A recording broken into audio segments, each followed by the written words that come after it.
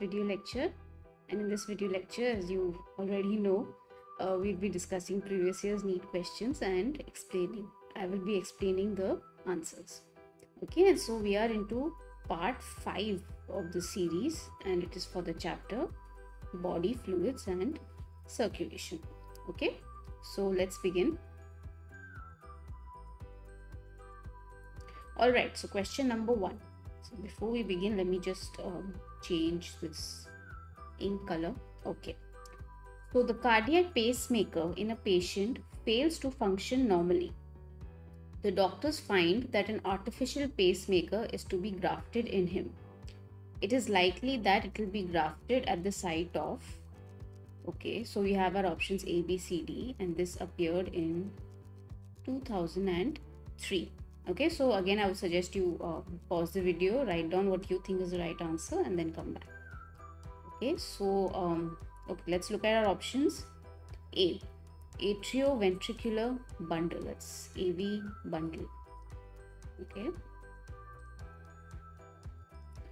there's a B, Purkinje system. C, sinoatrial node. D, atrioventricular node, that's AV node. So the question is, the doctors find that an artificial pacemaker is to be grafted in him. It is likely that it will be grafted at the site of. It's none of them, because the artificial pacemaker is not placed in any of these places. Okay, it is actually placed beneath the skin, below the clavicle. Okay, so that is where the artificial pacemaker is placed. Okay, so yeah, it's very awkward that they haven't given the right option in this. That is actually the correct position of the pacemaker. We'll look at this in detail. Okay, so the pacemaker is a small battery operated electrical stimulator placed beneath the skin and below the clavicle. Okay, and it has electrodes usually connected to the right ventricle. Okay, so what does it do? So the pacemaker provides rhythmical impulses to take control of the ventricle. So in cases where the SA node is not functioning, there's a problem.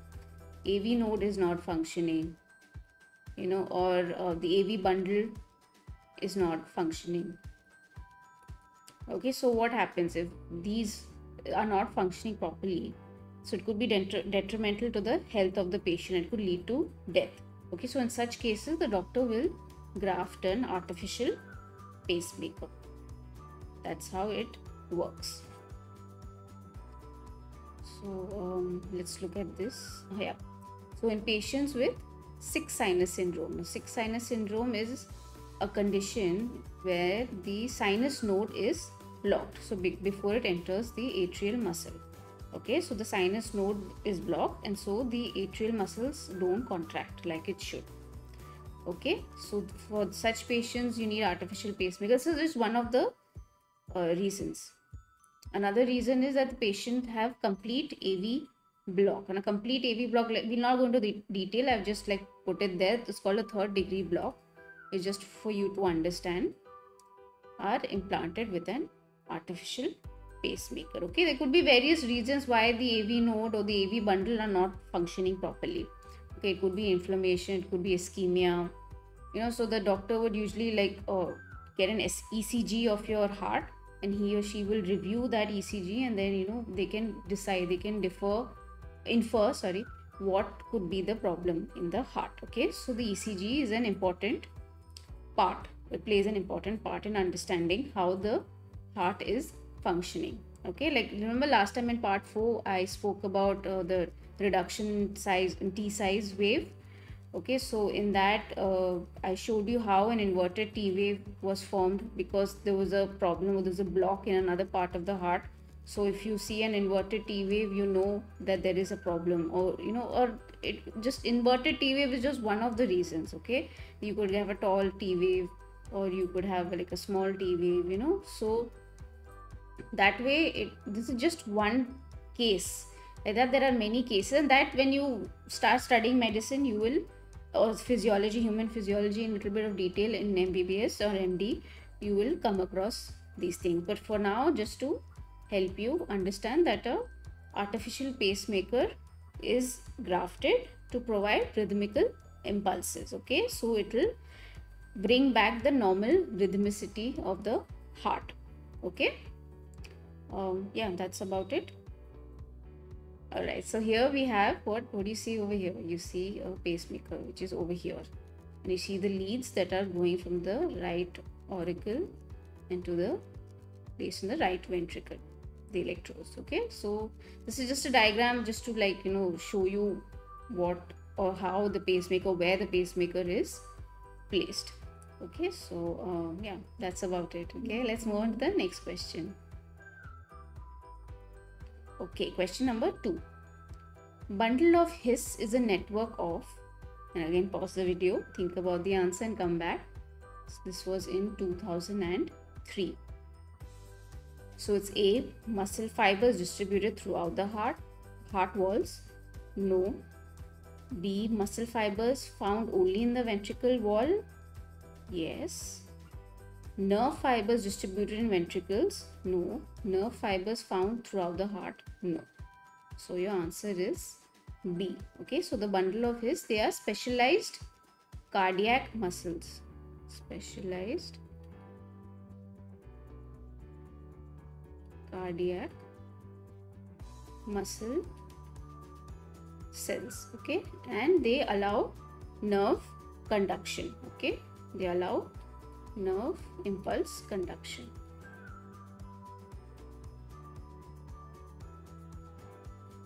So that allows, when the bundle of His in the Purkinje system, the fibers, they allow the contraction of the ventricles. Okay, you know how the impulse is traveled from the SA node to the AV node to the bundle of His to the Purkinje fibers, right? So they allow that impulse, the action potential is generated at SA node and the nerve impulse that travels from there. Okay, so they are specialized cardiac muscle cells. Okay, they're muscle fibers found only in the ventricle wall, in the case of bundle of His that we're talking about. So to answer your question, yes, muscle fibers found only in the ventricle wall. Let's look at this in detail. Okay, so here let me make a clarification. So since you're studying NCERT, right? Now, according to NCERT, they have stated that this Purkinje fibers, along with the right and left bundles, are known as bundle of His, which is actually incorrect. Okay, and it needs to be rectified, because when you study medical anatomy, there are two different things. Okay, so I have quoted from this book review of medical physiology. It is by the author Ganong, and he has stated that the bundle of His constitute left and right bundle branch, which run down on either side of the septum, and they come into contact with the Purkinje system. Okay, so whose fibers spread to all parts of the ventricular myocardium. So clearly over here he is stating that bundle of His and Purkinje fibers are two different things. There's a Purkinje system, okay, and they have Purkinje fibers. So please be careful, okay, because NCERT has stated something else, and Ganong, as in medically, in medical anatomy, it is stated as something else. Okay, so it is ideally bundle of His and Purkinje system are two different things. Okay, let's yeah, so here you have a diagram. Here, let me show you. Yeah, so here, see, the bundle of His is here, and then you have this bundle branches coming out here, and you have the Purkinje system here. See, here and here. Okay, so this is just diagram just to like give you an idea of where everything is placed. Okay, and so clearly there he has marked over here, bundle of His is over here, and there's a right bundle branch here. Your bundle branches over here, and you have your Purkinje system. Okay, so I hope this was clear to you. This was simple. Let's go back to the question. Yeah, so bundle of His is a network of muscle fibers. Okay, they're specialized cardiac muscle cells. So this was simple, this was direct. This shouldn't have been a problem in answering this question. Okay, let's move on to the next question. Okay, question number 3. Systemic heart refers to A. The heart that contracts under stimulation from nervous system. B. Left auricle and left ventricle in higher vertebrates. C. Entire heart in lower vertebrates. D. The two ventricles together in humans. So, this appeared in 2003. Okay, 2003. So, what could be the right answer? The right answer will be B. Left auricle and left ventricle in high vertebrates. Okay, they participate in systemic circulation. Okay, they participate in systemic circulation. So the answer is B. Okay, so if you written on B, you got the right answer. Let's look at the discussion. Okay. So the oxygenated blood entering the aorta is carried by entering the aorta from the left auricle. Okay, is carried by to the left ventricle and then to the aorta. Okay, is carried by a network of arteries, arterioles, and capillaries to the tissues, from where the deoxygenated blood is collected by a system of venules, veins, and vena cava and emptied into the right atrium. This is the systemic circulation. Okay, let's look at the diagram to be able to understand this more clearly. Yeah. So the blood, the oxygenated blood that is entering this aorta, and it is going here to the body tissues and coming back as deoxygenated blood into the right atrium over here. Okay, so this is systemic circulation. Okay, so here to be able to answer your question, it has left auricle and left ventricle, this part, and this is then transporting the oxygenated blood to the tissues and then carrying the deoxygenated blood back into the right atrium. Okay, so so that was the question. Let's go back to the question. Systemic heart refers to left auricle and left ventricle in higher vertebrates. Okay, so this is the part that participates in systemic circulation. Just look at it that way. Okay, it's simple. So this was a clear, obvious question. Should have been be able to answer this. So there's pulmonary circulation and there is systemic circulation. Okay, there is systemic circulation. So go back to the diagram again. Pulmonary circulation is this circulation. Okay, that's going to the lungs. Okay, systemic circulation is this bottom circulation. Okay, so just remember the difference between the two. Okay, systemic circulation, obviously systemic heart will be here because the aorta is then transporting the blood to the tissues and then deoxygenated blood is coming back into the right atrium. Okay, so this was question number 3. Okay, let's move on to the next question. Question number 4. Impulse of heartbeat originates from, and this appeared in 2002. Should be very simple. Impulse of heartbeat originates from where? SA node, AV node, vagus nerve, cardiac nerve. It's SA node, clearly. It's the pacemaker. SA node is the pacemaker, so the impulse of the heartbeat originates from SA node. Okay, it is simple. So SA node is a small flattened ellipsoid strip. Okay, it's like a small flat ellipsoid strip that is present in the upper corner of the right atrium. So the SA node can generate maximum number of action potential, that is 70 to 75 per minute. Okay, so every time an action potential is sent by this SA node, it is a heartbeat. Okay, it is this SA node is then transporting that impulse to the AV node, and the AV node will go to bundle of his to the Purkinje system, and then the ventricles also will contract. So that's like one heartbeat. Okay, so it can do a maximum of 70 to 75 per minute, as responsible for initiating and maintaining the rhythmic contractile activity of the heart. Okay, so the rhythmic contraction activity of the heart is maintained by the SA node. So it is called the pacemaker. It is called the pacemaker. Okay, So again, this was a factual based. You should have been able to answer this quite easily. Come on. I mean, if you now that you're very familiar with this chapter, body fluids and circulation, you've been watching my videos, you would know this by now. Okay. All right. So let's next question. Rate of heartbeat is determined by. Again, this appeared in 1999. So rate of heartbeat is determined by. We just spoke about it. So it is SA node. Okay, so the answer should be D. Okay, again it's the same explanation.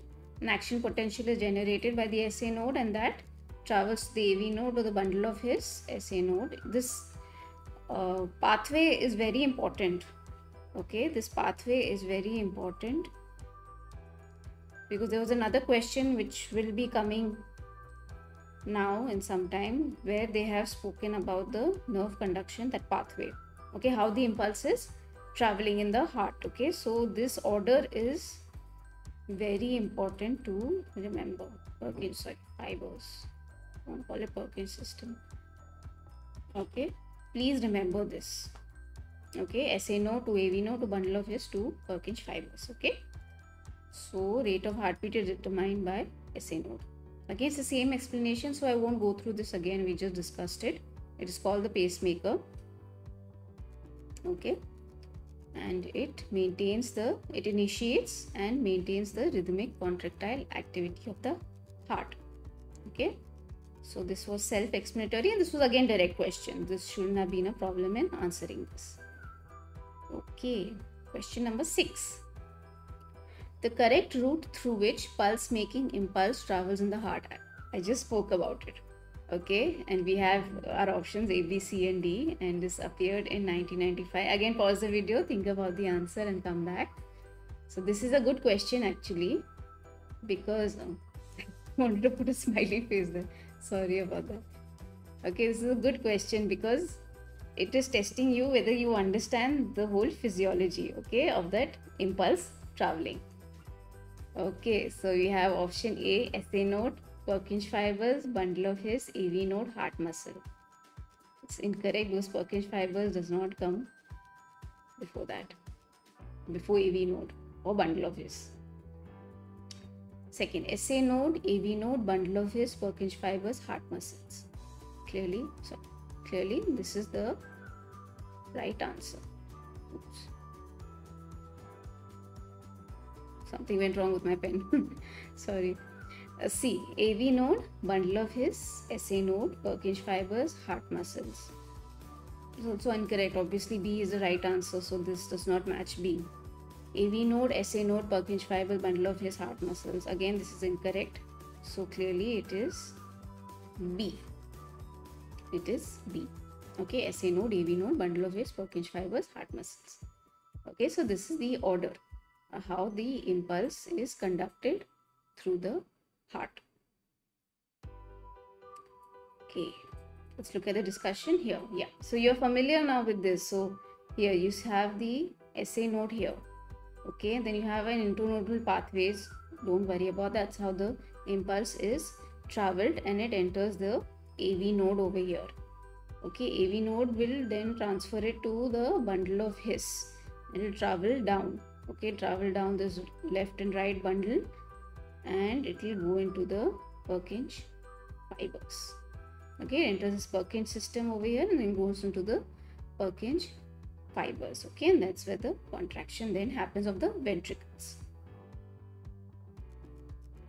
So pulse making impulse originates at SA node. We just spoke about that. And then travels to AV node, bundle of His, Purkinje fibers into the heart muscle. So clearly this order, this conduction pathway is very, very important. Okay. So yeah, I hope you've understood this. We'll move on to the next question. If you like it, you can note it down. Okay, so question number 7. The neurogenic heart is the characteristic feature of, this appeared in 1995. So we have options A, B, C and D, humans, arthropods, rabbits, rats. Neurogenic heart, clearly it is arthropods. Okay, it is arthropods. They have a neurogenic heart. Okay, humans have a myogenic heart. Okay, and it is found in mammals. See, rabbits also is a mammal, so myogenic. And rats also myogenic. Okay, so your answer should have been B. Clearly, this is like the odd one out, because understand mammals have a myogenic heart. Humans, rabbits, rats, they all belong to the same class. So it has to be B, arthropods. Arthropods over here. Let's look at this in detail. So the neurogenic heart. Now, what is a neurogenic heartbeat? Okay, it is initiated by nerve impulse coming from a nerve ganglion. Okay, so nerve ganglion is actually a mass of nerve cells that are situated near the heart. Okay, so this nerve ganglion is situated near the heart, and the impulse is initiated by this. Okay, so it's unlike human beings, like we have SA node and AV node. They're all cardiac muscle cells. They're specialized cardiac muscle cells. Okay, they're not like nerve ganglions. So that is why it is called a neurogenic heart. Okay, so it is present in near the heart of some annelids and most arthropods. Clearly that answers our question. Oh, sorry, let's go back to the previous question. Yeah, so here arthropods, clearly it is arthropods. It's not humans or rabbits or rats. Okay, just remember it that way. This was also direct. Okay, I mean, if you knew the answer, if you knew your facts, right, sorry, you could have answered this question easily. Okay, there shouldn't have been a problem in answering this question. All right, so question number 8. The heart sound dup is produced when? And this appeared in 1994. And I think a similar question related to heart sounds was there in the previous part also. So if you watch that part, you should have been able to answer this easily. Okay, let's look at A, B, C, and D options. A, mitral valve is closed. No. Semilunar valves at the base of aorta get closed. Yes. Tricuspid valve is opened. No. The mitral valve is opened. No. So answer is B. So dup sound is when semilunar valves at the base of aorta get closed. Okay, that's when you hear the dup sound. The lub sound is the first sound that you hear. Okay, that is when the mitral valve and the tricuspid valve close. Okay, and the tricuspid. Okay, just remember it. Sorry, valve close. Okay, and the dup sound is when the semilunar valves close.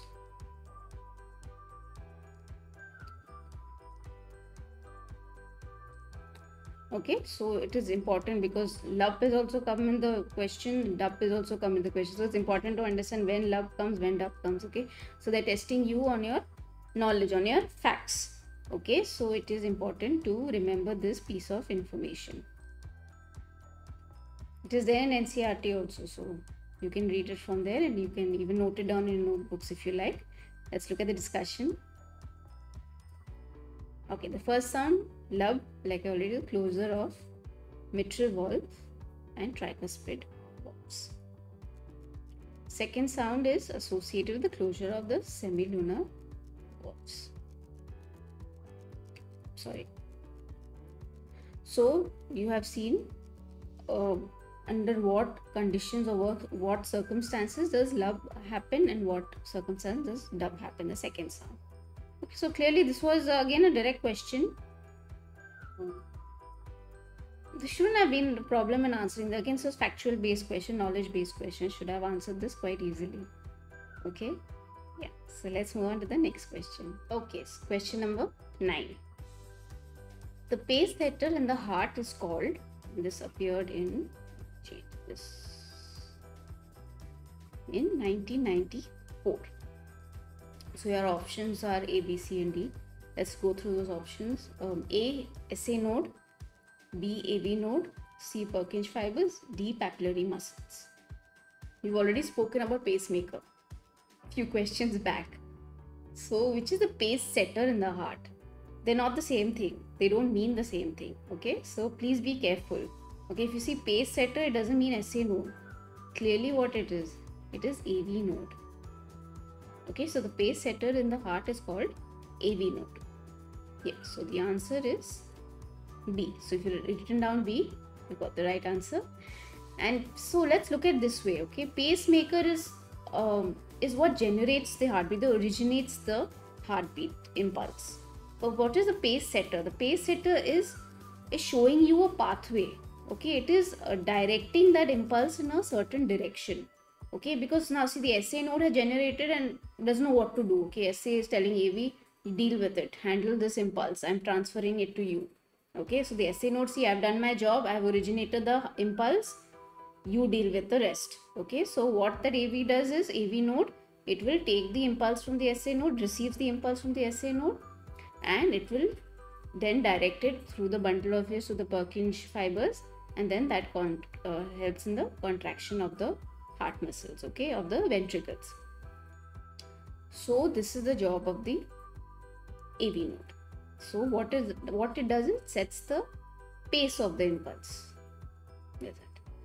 Sets the pace of the impulse. Okay, it's not a pacemaker.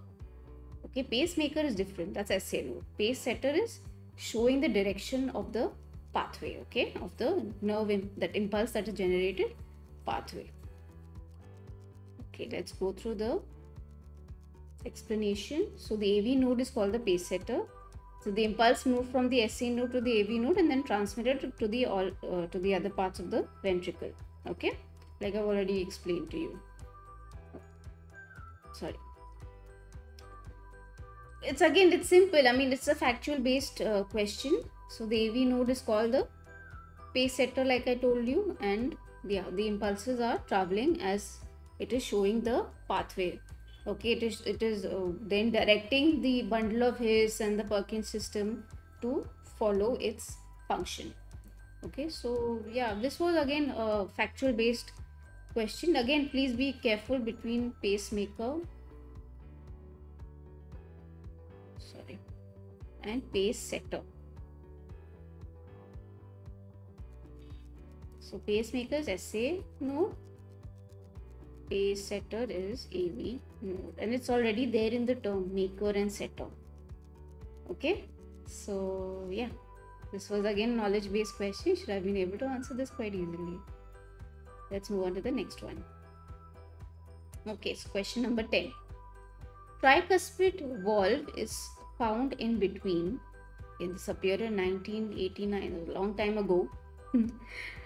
A. Sinus venosus in right auricle. B. Right auricle and right ventricle. C. Left ventricle and left auricle. D. Ventricle and aorta. You know the anatomy of the heart. You should be able to answer this question quite easily. It is what? Right auricle and right ventricle. Okay, B. So your right answer is B. Okay, look at the discussion. So tricuspid valve is present on the right atrial ventricular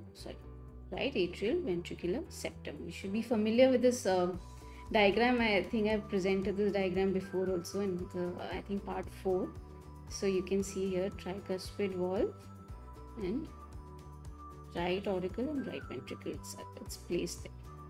Okay, so again, this was again factual based question. Should have been able to answer this easily. Okay, let's move on to the next question. Okay, question number 11. The hepatic portal vein drains blood to liver from, and this was NEET 2017. So it is A. stomach, B. kidney, C. intestine, D. heart. So the hepatic portal vein drains blood to liver from intestine. Okay, it drains the blood from the intestine. So if you have the intestine, there is a small circulatory system called the portal system. Okay, this is actually you learn about it more in digestion and absorption. You can refer to that chapter. And it drains blood from the intestine to the liver. Okay, and this connection is called the hepatic portal vein. Okay, it's called the hepatic portal vein. So the answer is C. Okay, let's look at the discussion. Okay, so the blood from the intestines drains via the hepatic portal vein to the liver, and from the liver via the hepatic veins to the inferior vena cava. Okay, so let's look at a diagram. You'll be able to understand this easily. So you have the gut, okay, that's the intestine, and so the blood leaves from there and via the hepatic portal vein. See the hepatic portal vein here, and enters the liver, and then from there it will then leave the liver and go to the hepatic vein and then the inferior vena cava that goes to the heart. Okay, so there are some nutrients that are moving from the intestine to the liver for processing. Okay, like urea is formed in this liver. Okay, so it has to move from the gut to this. There's carbohydrates, fats, proteins, digestion, and all that is happening simultaneously from the gut into the liver. So this portal system helps in the transferring of that blood. Okay, the nutrients that are there in the blood then move into the liver. Again, all this detail will be explained in digestion and absorption. You can refer to that chapter, digestion. So the function of the liver is present there, and so basically over here we need to understand this hepatic portal vein function. Okay, it carries deoxygenated blood. Remember, in terms of body fluids and circulation, it carries deoxygenated blood. You need to understand that.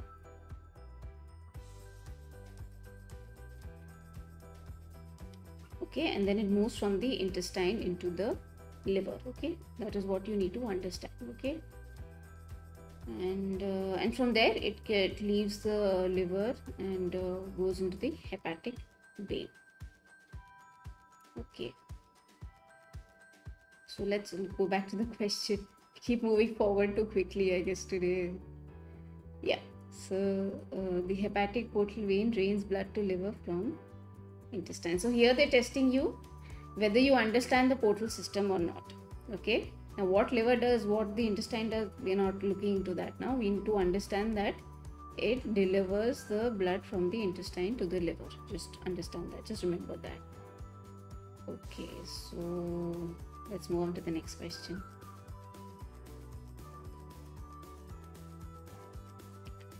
Okay, question number 12. Blood pressure in the pulmonary artery is, you have your options A, B, C and D, and this appeared in NEET 2016. Let's go through our options.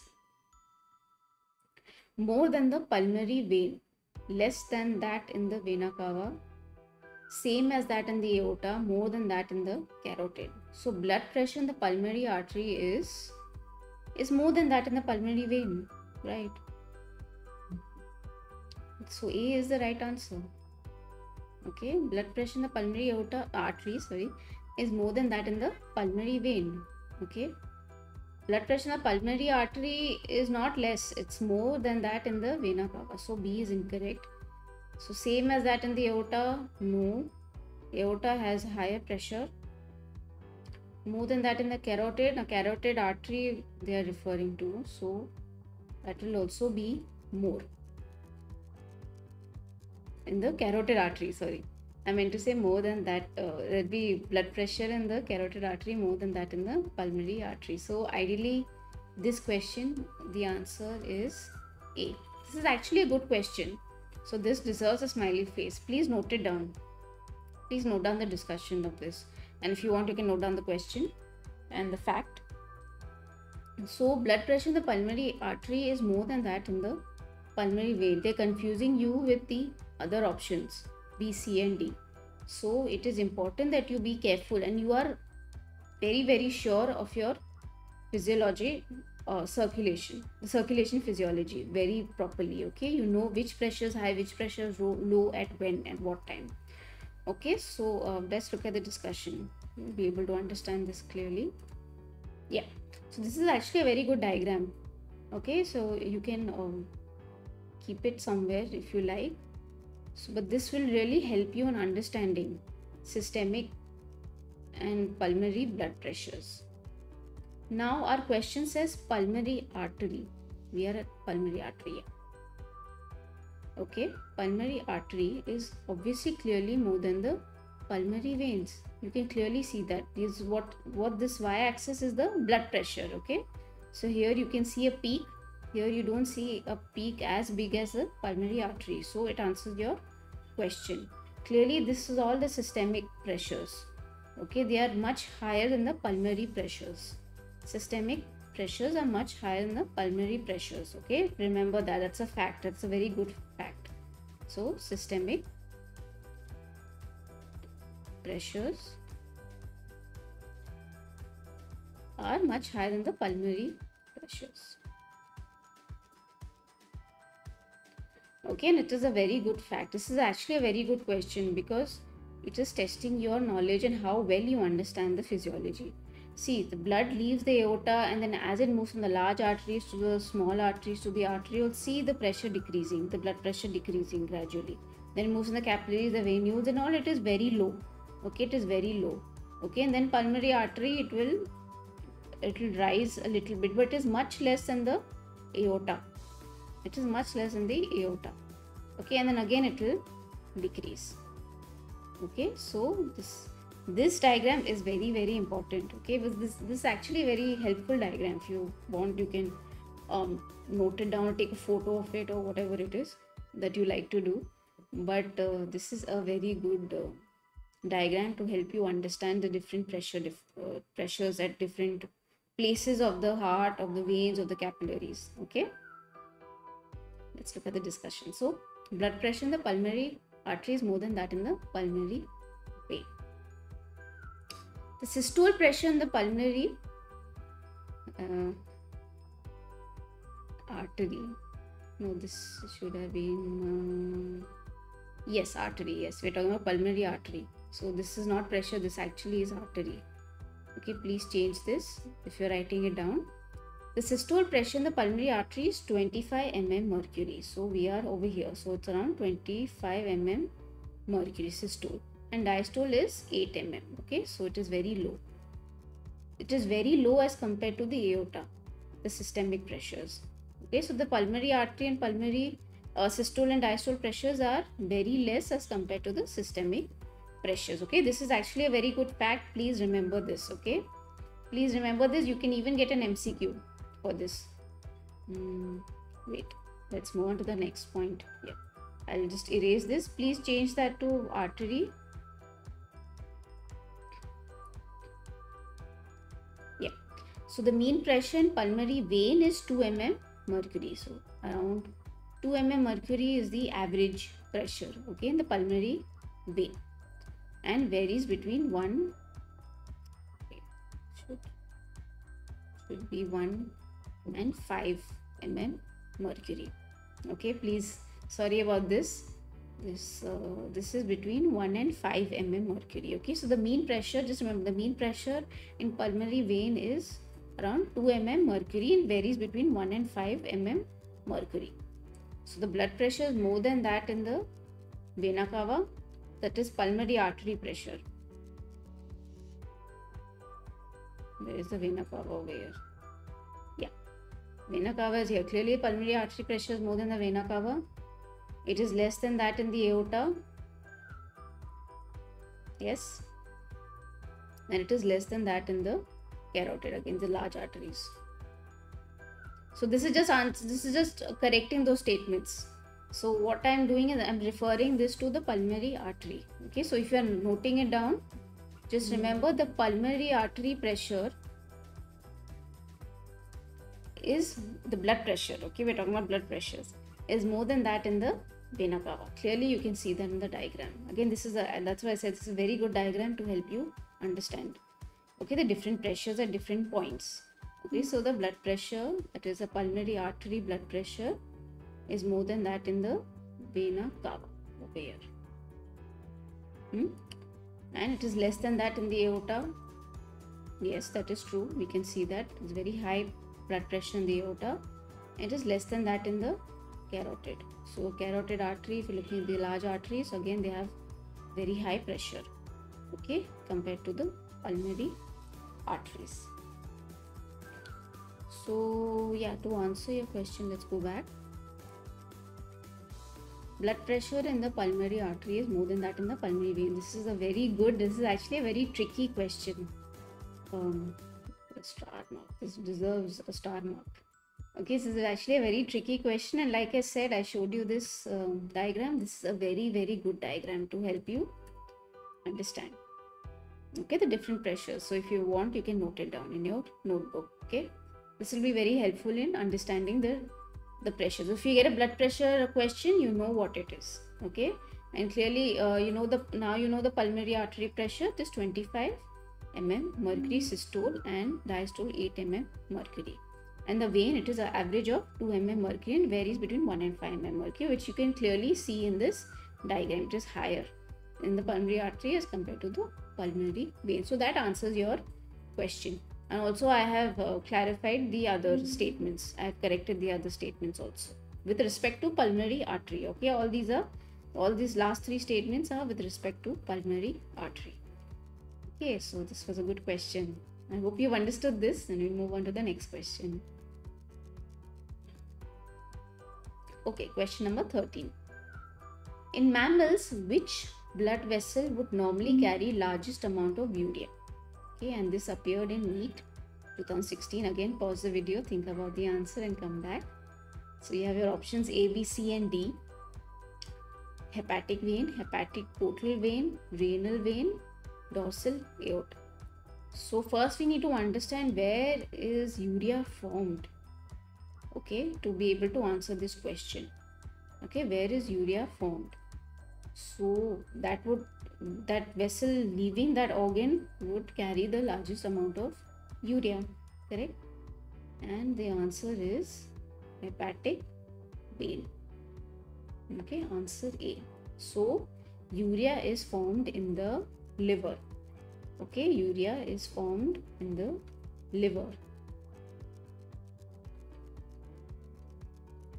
Okay, important piece of information. Again, this is there in digestion absorption, so you should know this. If you've studied that chapter, you should know this answer. Okay, it is formed in the liver. Okay, let's look at the discussion.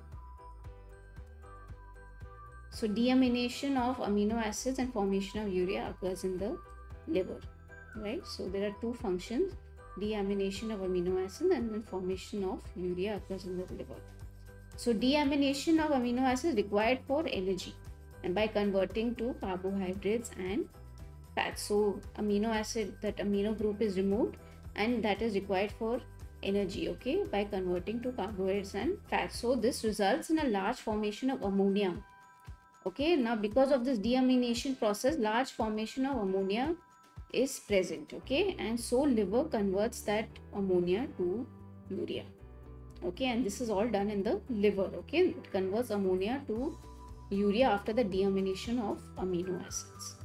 Okay, so if liver fails to convert ammonia to urea, large levels of ammonia would result in hepatic coma and death. This is extra piece of information for you guys.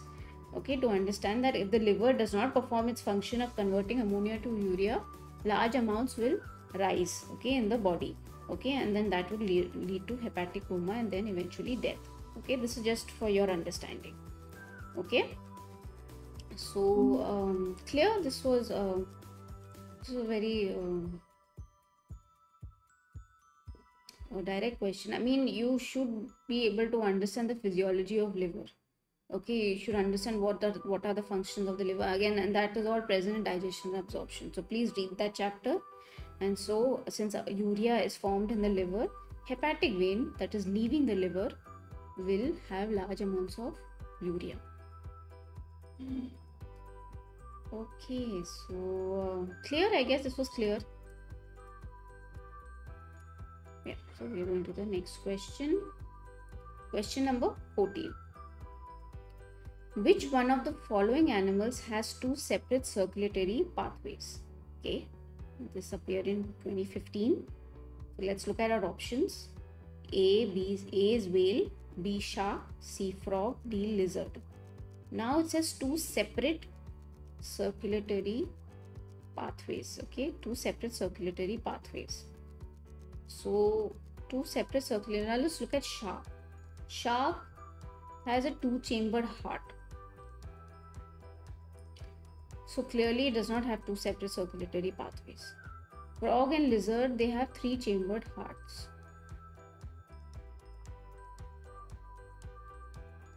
So they don't have two separate circulatory pathways. The only option is whale. Whale is a mammal, and mammal, they have four chambered heart like humans.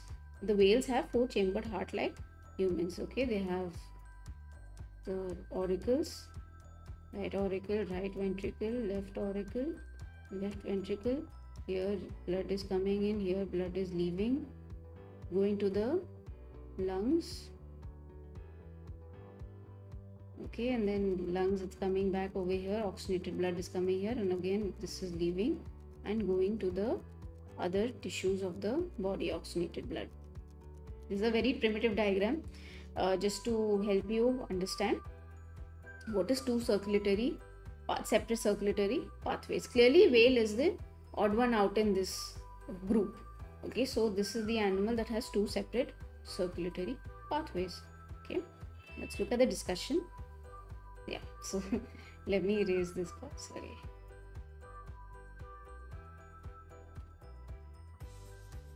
So the answer is A. Okay, so the whale is a mammal and consists of a four-chambered heart. So hence it has two separate circulatory pathways. And this was obvious. Shark has a two-chambered heart and a single circulation pathway, like I've already explained to you. Lizard and frog have three-chambered hearts, so the oxygenated deoxygenated blood mix, they don't have separate circulatory pathway. So clearly whale was the odd one out in that group. So this was again a direct question. You should have been able to answer this easily. Again, you will this information is related to animal kingdom, so please read animal kingdom chapter, and you will be familiar with this piece of information, how many chambered heart each animal has, each class has. And I think it is some of it is information is also present in the body fluids and circulation, but you will find more detail of it in animal kingdom.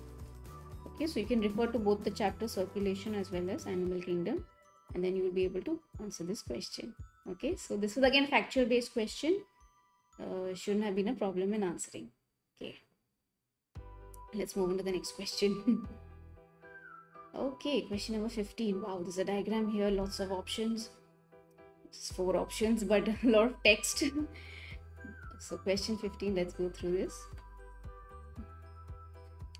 The given figure shows schematic plan of blood circulation in humans with labels A to D. Identify the label and give its functions.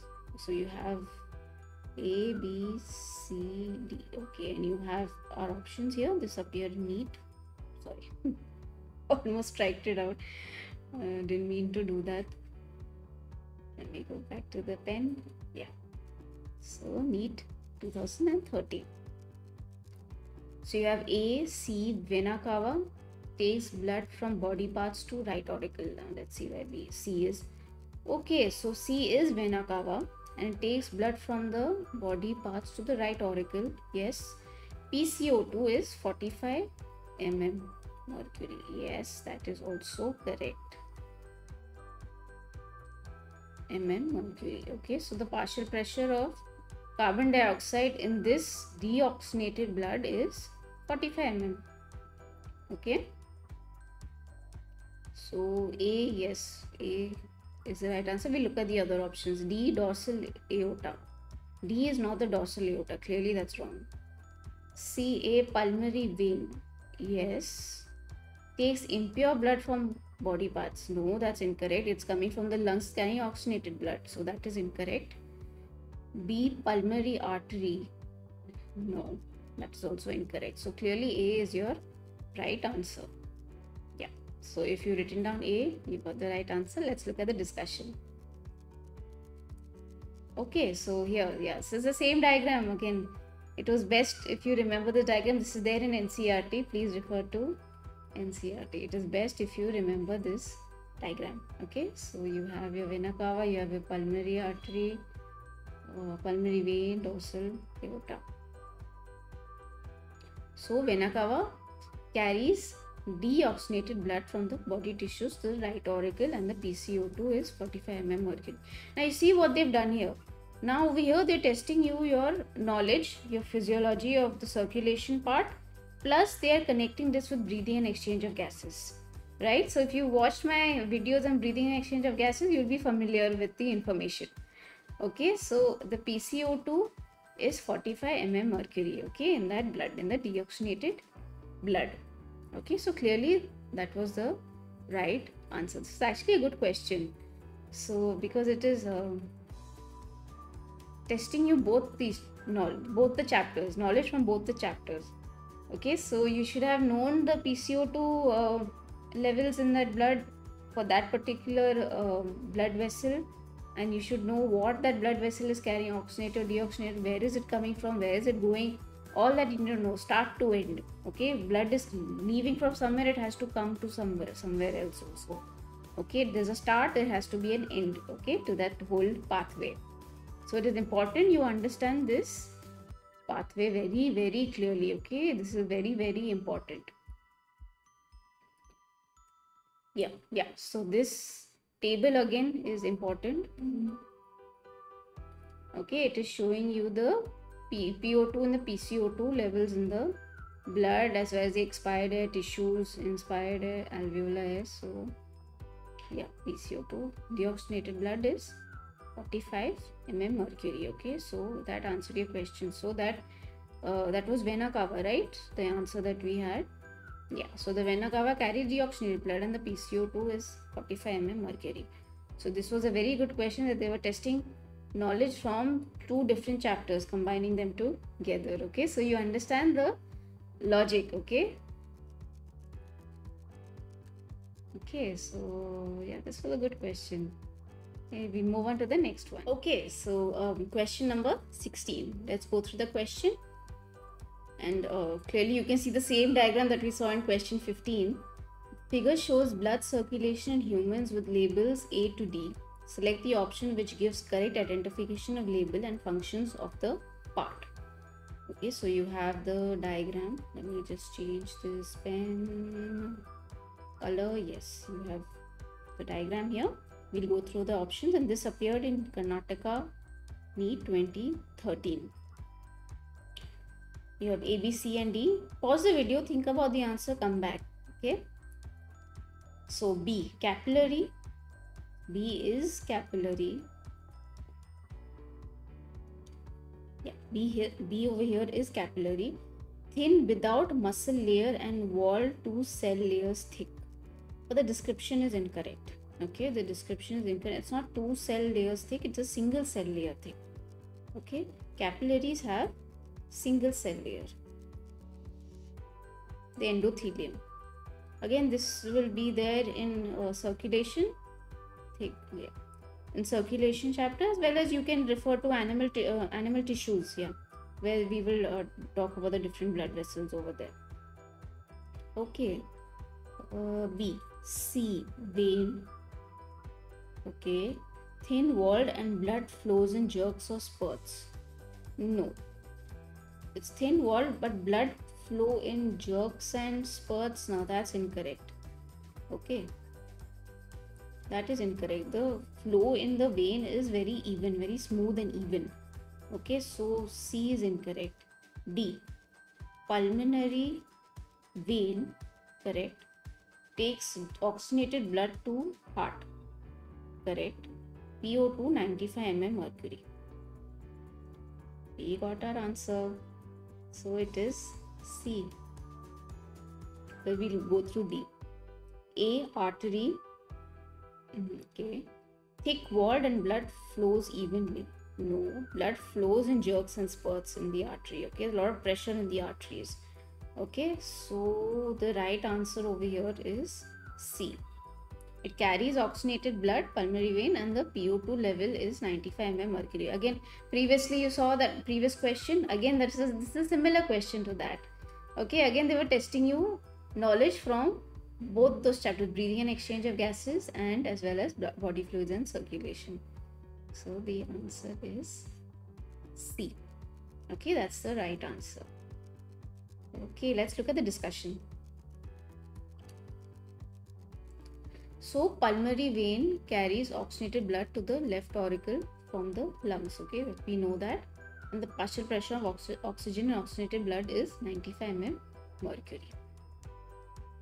Right? Yeah. So again, we come back to the same table. And oxygenated blood is 95 mm mercury. So you should have been aware of this information. You should know this by heart, what is where.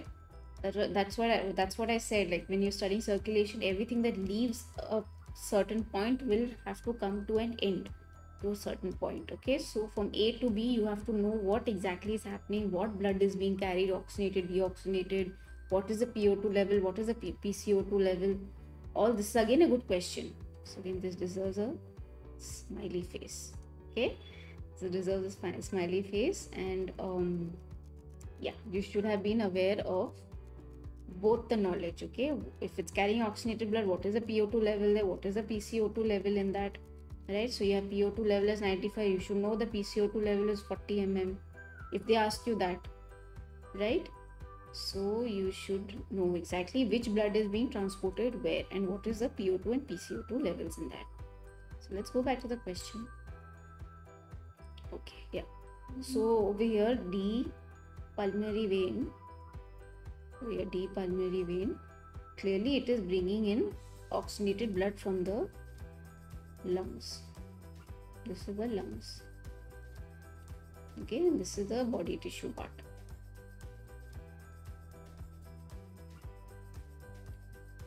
Okay, takes oxygenated blood to the heart.